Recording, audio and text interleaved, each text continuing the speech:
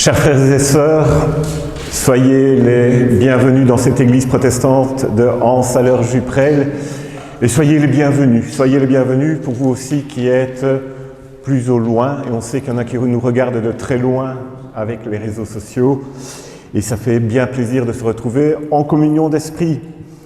Et en ce jour précis, Dieu nous invite à nouveau à venir le rencontrer dans son amour, et ceci pour mieux le connaître, mais aussi vivre en harmonie avec lui et vivre un moment d'harmonie entre nous.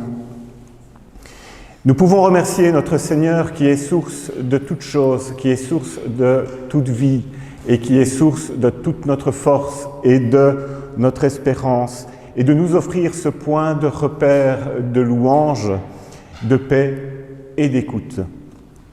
Et je vous propose d'entrer dans le temps d'invocation qui est ce temps de début de culte en lisant le psaume 8. Et ce psaume 8 sera ensuite suivi d'une prière. Psaume 8.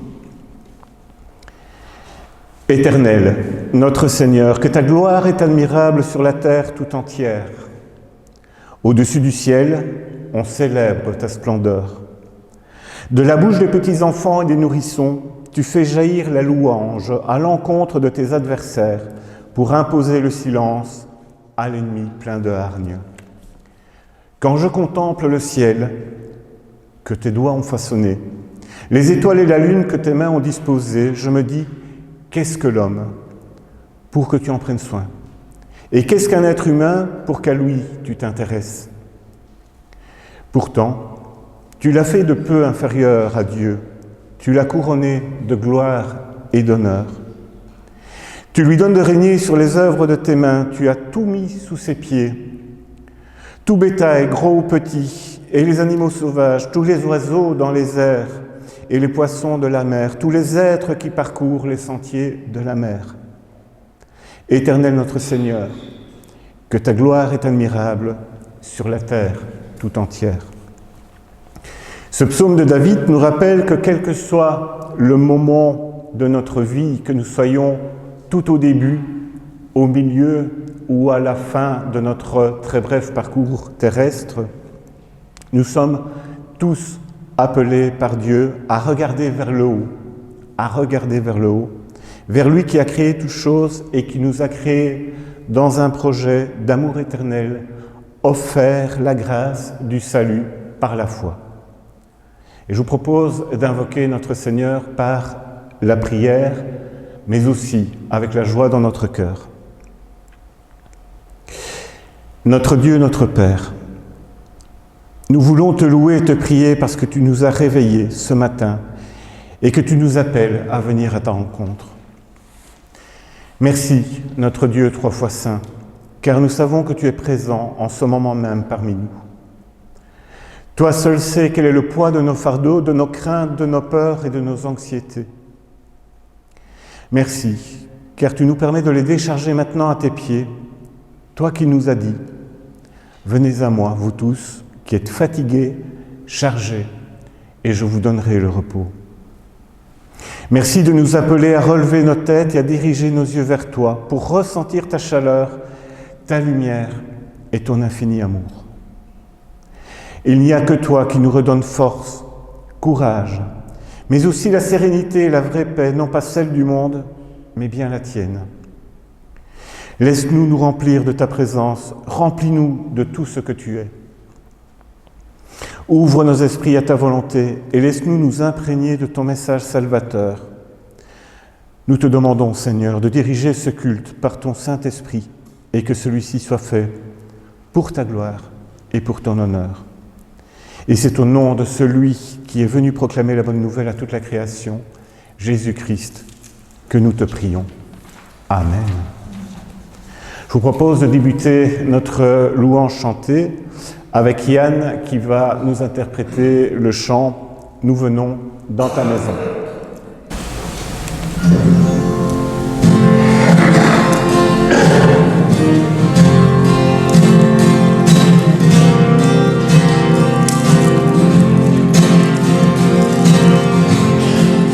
Nous venons dans ta maison.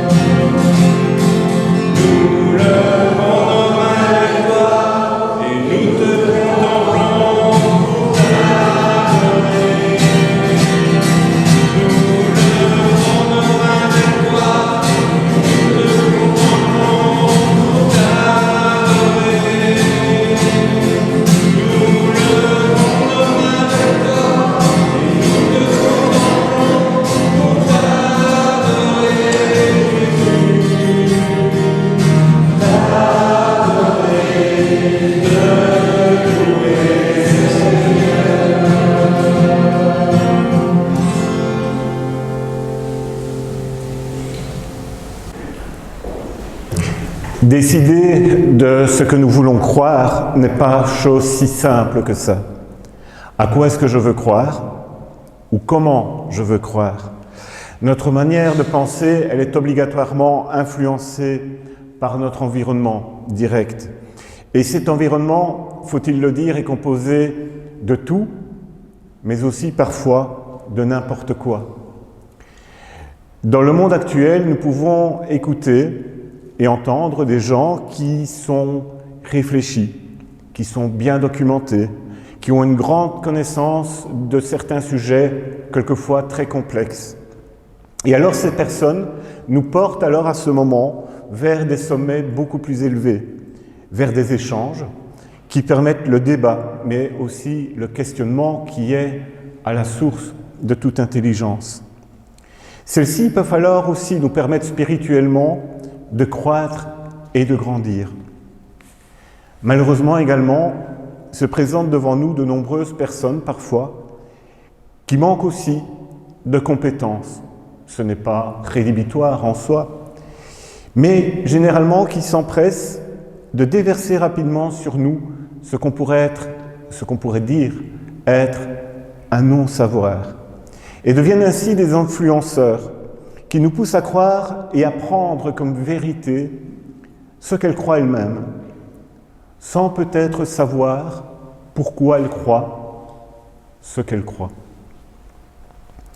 Et cette rencontre entre ces deux mondes différents, actuellement, faut-il le dire, brouille les parcours. Elle brouille notre compréhension, elle brouille même les chemins de vie, avec un tas d'idées qui peuvent s'annuler, s'opposer, nous déstabiliser. Et généralement, ces gens ont quand même une caractéristique commune, c'est qu'elles nous disent tous détenir la vérité, avec un « la » majuscule. Et comme la Bible nous le mentionne, ce phénomène n'est pas qu'actuel. On pourrait croire que c'est actuellement que nous vivons cela, mais ce n'est pas le cas. Il faut se dire que cette situation se vivait déjà du temps de Paul. Et ce n'est pas pour rien que, comme nous le précise le livre des Actes au chapitre 17 et au verset 11, vous pourrez le relire si vous le voulez, que les habitants de Bérée, Bérée se trouvait au nord-ouest de la Grèce, examinaient chaque jour les Écritures pour voir si ce qu'on leur disait était exact. Et j'insiste, ils examinaient chaque jour les Écritures pour voir si ce qu'on leur disait était exact. Mais ils ne faisaient pas que lire superficiellement les Écritures, mais ils l'examinaient, ils l'étudiaient, ils la méditaient, ils en discutaient entre eux. Puissions-nous, nous aussi, retrouver notre propre chemin dans le monde actuel, tout comme les faisaient déjà les habitants et les croyants de Bérée, en nous appuyant sur le socle des Écritures et surtout en les examinant et en les méditant pour que celles-ci redeviennent pour nous un phare dans le brouillard. Et je vous prie de prier le Seigneur. Seigneur, je viens à toi pour que tu ouvres mon esprit et façonnes mes pensées. Dans le brouhaha et la confusion du monde, aide-moi à discerner ta volonté, à te retrouver dans les Écritures et ton enseignement basé sur l'amour éternel. Fais en sorte que je sois touché lorsque je médite sur toi pour que tu puisses être mon unique phare dans ces moments de tempête. Transforme, Seigneur, mes émotions. Je viens à toi pour que tu renouvelles mon espoir, pour que tu me fasses lever les yeux vers l'avenir glorieux que tu m'as promis. Et c'est au nom de Jésus que nous t'adressons cette prière. Amen. Nous allons continuer notre louange chantée avec le chant « Je louerai l'Éternel ».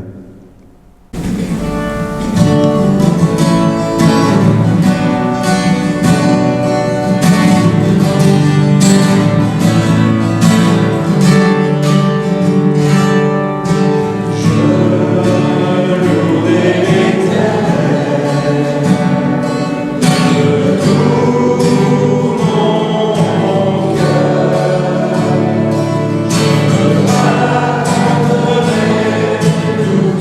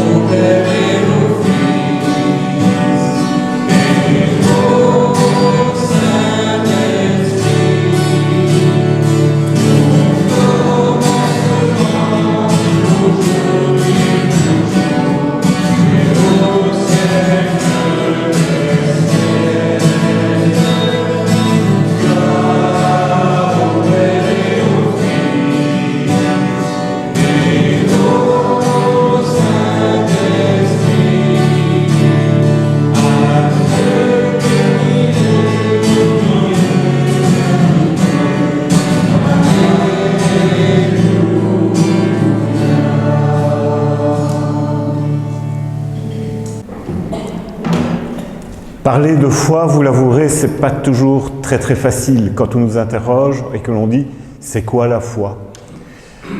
Et c'est difficile parce que la foi est un phénomène qui touche plus à la conscience. Et, faut-il le dire aussi pour nous croyants, parfois elle reste aussi difficile à décrire et à définir. Est-ce que c'est un sentiment? Est-ce que c'est une intuition? D'où vient la foi? Où se situe-t-elle? Telles sont des questions qui se posent à nous. Notre foi a toutefois un fondement bien concret, vraiment bien concret, celui des Écritures que nous méditons, que nous regroupons, que nous croisons. Mais aussi, la foi, ce n'est pas que quelque chose que de purement intellectuel. La foi se manifeste aussi lorsque l'esprit est capable d'aller au-delà du raisonnement terrestre, au-delà du raisonnement matériel, au-delà des constructions et au-delà des idées bien établies. Mais aussi la foi, et c'est peut-être ça qui complique le tout, n'est pas non plus qu'un raisonnement purement abstrait, car elle s'expérimente, elle se vit, elle a des expériences et elle nous offre des expériences concrètes, en affermissant et en faisant grandir notre amour vers Dieu et aussi envers notre prochain. Nous ressentons par ailleurs que notre foi est encore actuellement ce qui est capable d'embellir notre monde. Et je vous propose de confesser notre foi. Je crois que Dieu crée le monde pour le bonheur et pour la vie. Je crois en l'unique Dieu d'amour. Je crois qu'il a créé l'homme, non seulement pour l'amour, mais dans l'amour. Et que l'homme ne sera véritablement humain que s'il vit cet amour. Je veux croire en l'humain comme image de Dieu. Je crois que pour atteindre les hommes, la parole de Dieu s'est faite chair en Jésus-Christ. Je crois en Jésus-Christ, Fils de Dieu, notre frère et notre Sauveur. Je crois que sous l'action de son esprit, tout homme peut recevoir la bonne nouvelle, comme parole de Dieu, qui console et qui libère, qui insuffle joie et ardeur et permet de se tourner vers autrui. Je crois en l'Esprit, souffle de Dieu. Je crois que Dieu nous permet, dans son amour, de transcender mes limites et mes propres doutes. Je crois que Dieu est avec nous dans la vie, dans la mort, dans la vie, après la mort. Je crois qu'il a fait toutes choses nouvelles. Amen.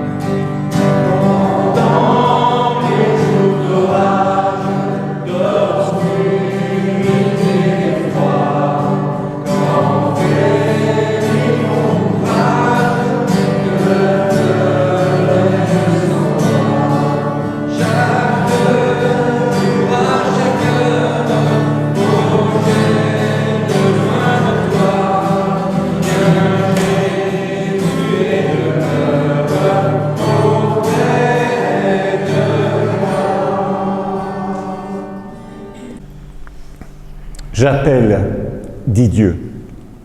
Et j'aimerais partager avec vous un texte qui est d'un auteur, ou comme on dirait d'une autrice anonyme, et qui a été trouvé dans une église de Haute-Savoie en 1997. Et c'est le titre qui s'est retrouvé sur ce texte, « J'appelle, dit Dieu ». On me dit que mes enfants, les hommes et les femmes, ont des problèmes d'emploi. Moi, j'appelle, dit Dieu. J'embauche tout le temps, je suis sur la place pour embaucher dès 6 heures du matin. J'y suis à 9 heures, j'y suis aussi à 14 heures et j'y suis encore à 5 heures du soir, alors que la journée va s'achever. À ce moment, moi, j'embauche encore. Et moi je paye, dit Dieu. Je ne paye pas à l'heure, ni au mois, ni aux pièces. Moi, je paye à l'éternité. Parfaitement. Une éternité de bonheur pour celui qui aura travaillé pour moi quelques heures, quelques semaines, quelques mois ou quelques années. Et j'appelle tous ceux qui veulent. Je ne demande aucun diplôme d'aucune sorte, je ne demande que de la bonne volonté, la volonté de travailler. J'appelle aussi pour tous les métiers. J'ai besoin de cantonniers, car il est écrit « Préparez les routes du Seigneur, raboter les collines et rectifier les virages ». J'ai besoin de cantonniers aussi pour préparer la route de mon retour, en créant un monde moins inégal et plus droit, en luttant contre les injustices et contre les misères, en rendant les routes de la vie moins dures et moins pénibles pour les hommes, mes fils, pour les hommes, vos frères. J'ai aussi besoin d'infirmiers, de bons samaritains, ceux qui soignent les maladies du corps et surtout ceux de l'âme, ceux qui ramassent dans les fossés les blessés de la vie, les abandonnés de la route. J'ai besoin de vignerons et de moissonneurs, car la moisson est abondante et les ouvriers peu nombreux. J'appelle d'ailleurs tous ceux qui sont prêts à récolter la moisson des bonnes volontés et qui ne savent pas où s'adresser, la vendange des joies, qui ne savent pas avec qui se partager. Mais surtout, j'ai besoin de bergers, car j'ai pitié de ces foules qui sont comme des troupeaux sans pasteur, ceux par les mains de qui je partagerai à tous les affamés le pain de ma parole, le pain de mon corps et le vin de mon sang. Venez tous, dit Dieu, j'appelle, il y a du travail pour tous et j'emploie tout le monde. Et ce soir, après votre journée de travail et après cette journée de travail, tous ensemble, avec moi, vous ferez la fête. Amen. Le texte sur lequel je me suis appuyé pour la méditation du jour se trouve dans le livre d'Ésaïe au chapitre 49, versets 1 à 6. « Écoutez-moi, peuple lointain, soyez attentifs. L'Éternel m'a appelé dès ma naissance. Il m'a nommé dès ma sortie des entrailles maternelles. Il a rendu ma bouche semblable à un glaive tranchant. Il m'a couvert de l'ombre de sa main. Il a fait de moi une flèche aiguë. Il m'a caché dans son carquois. Et il m'a dit, « Tu es mon serviteur, Israël, en qui je me glorifierai. » Et moi j'ai dit, « C'est en vain que j'ai travaillé, c'est pour le vide et le néant que j'ai consumé ma force. Mais mon droit est auprès de l'Éternel, et ma récompense auprès de mon Dieu. » Maintenant, l'Éternel parle, lui qui m'a formé dès ma naissance, pour être son serviteur, pour amener à lui Jacob et Israël, encore dispersés. Car je suis honoré aux yeux de l'Éternel, et mon Dieu est ma force. Il dit, « C'est peu que tu sois mon serviteur, pour relever les tribus de Jacob et pour amener les restes d'Israël. Je t'établis pour être la lumière des nations, pour porter mon salut jusqu'aux extrémités de la terre. » Alors Ésaïe, depuis plus de 2000 ans, mais tellement actuel, ça fait du bien de savoir que des textes aussi anciens nous parlent d'aujourd'hui et nous parlent à nous, de nous, qu'ils continuent d'être des guides qu'ils ont toujours quelque chose à nous dire, qui nous apportent des réponses, même partielles, à nos interrogations. Et la question que se pose Ésaïe, c'est oui, parfois, souvent on se donne à fond et puis on est déçu. On se donne à fond pour un projet et puis on fait un flop. On ressent comme une inutilité de notre travail. On participe, on donne de son temps, beaucoup de son temps, et on a comme l'impression que les autres trouvent ça juste normal. Je parle de cela, mais il ne s'agit pas seulement d'un engagement au niveau d'une église, mais plus simplement au travail, dans une association, ou même tout simplement en famille. C'est pas qu'on demande un merci, c'est même pas ça. On a vraiment envie de dire avec le prophète Ésaïe, c'est en vain que j'ai travaillé, c'est pour le vide et le néant que j'ai consumé ma force. À quoi bon? On est en plein doute. C'est le thème du message d'aujourd'hui. C'est un moment de doute comme on en traverse tous, comme on en a déjà tous traversé. Et en préparant ce message, j'ai appris un mot, donc je vous le partage, c'est le mot « acédie ». A-C-E accent aigu, D-I-E. Cela veut dire torpeur ou dépression spirituelle.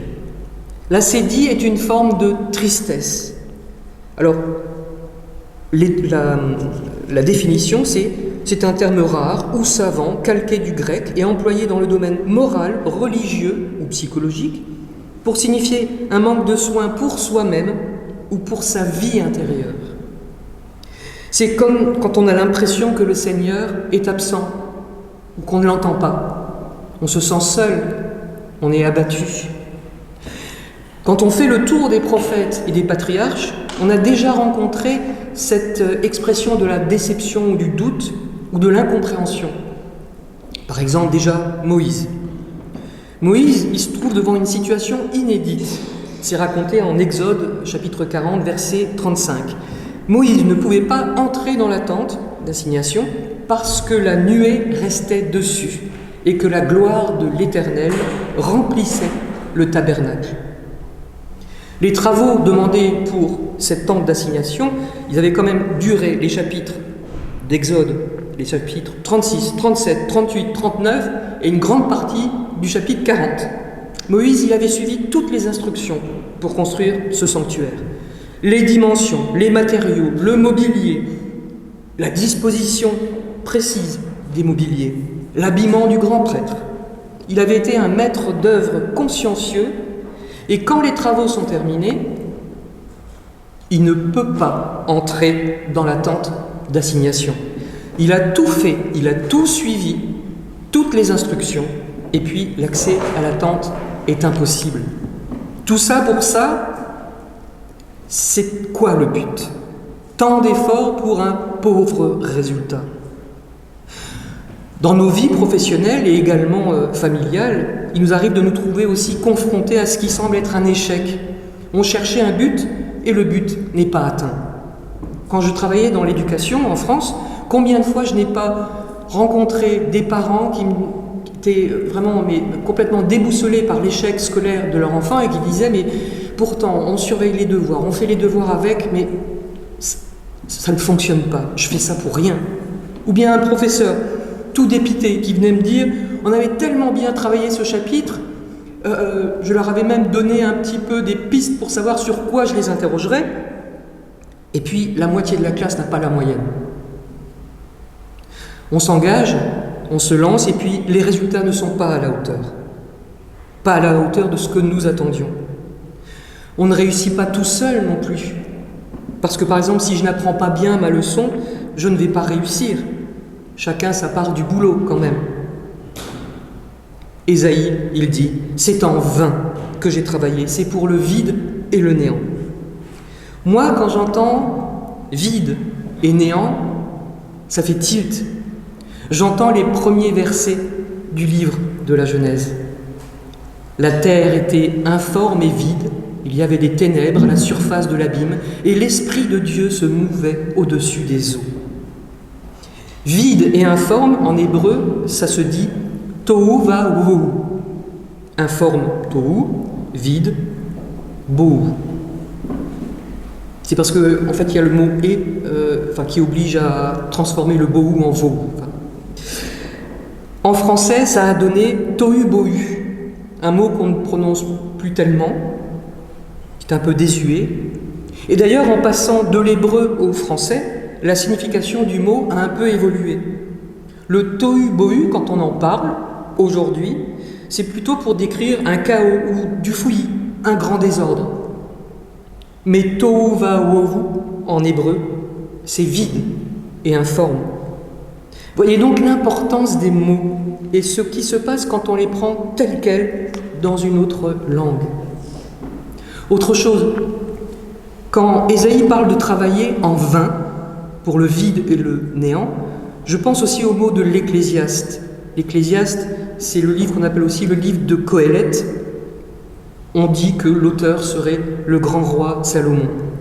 Et il y a le célèbre passage sur la vanité, pas la vanité où on se vante, mais la vanité au sens de pour rien, en vain, dans le sens de ce qui est vain, qui est accompli pour rien. C'est dans le chapitre 1, 2 versets célèbres. Vanité des vanités, dit l'Ecclésiaste. Vanité des vanités, tout est vanité. Tout est vanité et poursuite du vent.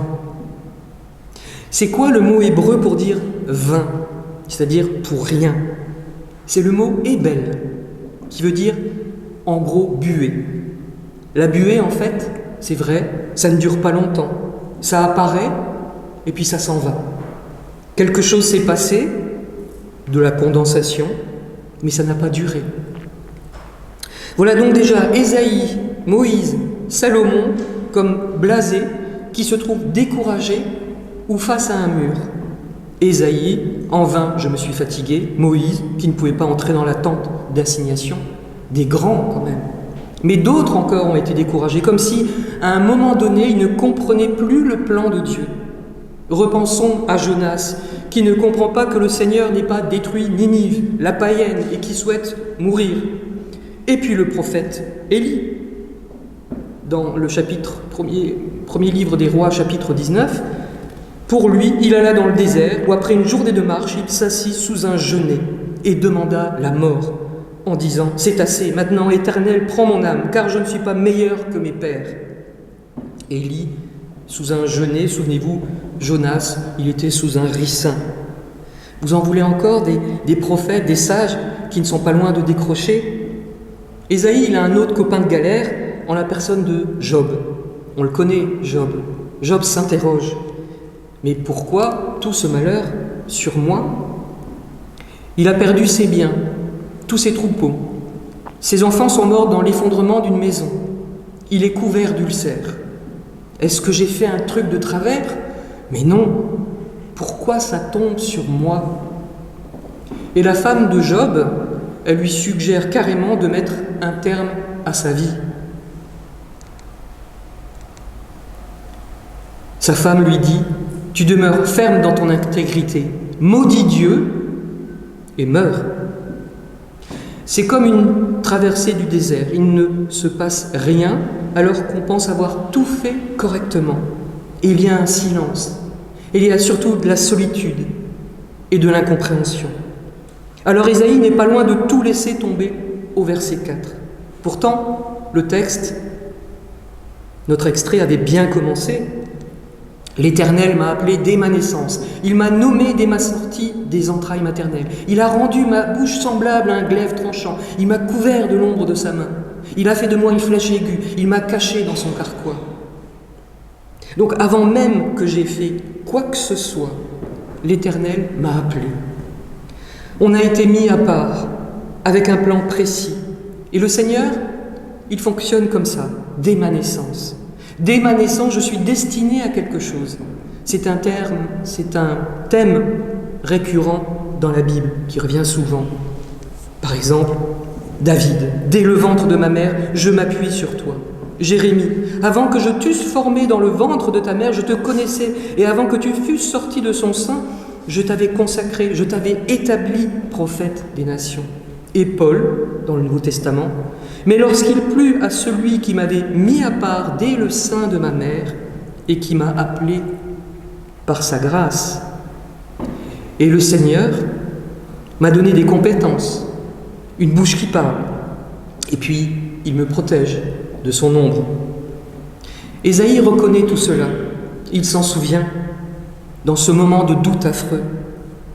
Et le Seigneur me donne une mission. Tu es mon serviteur.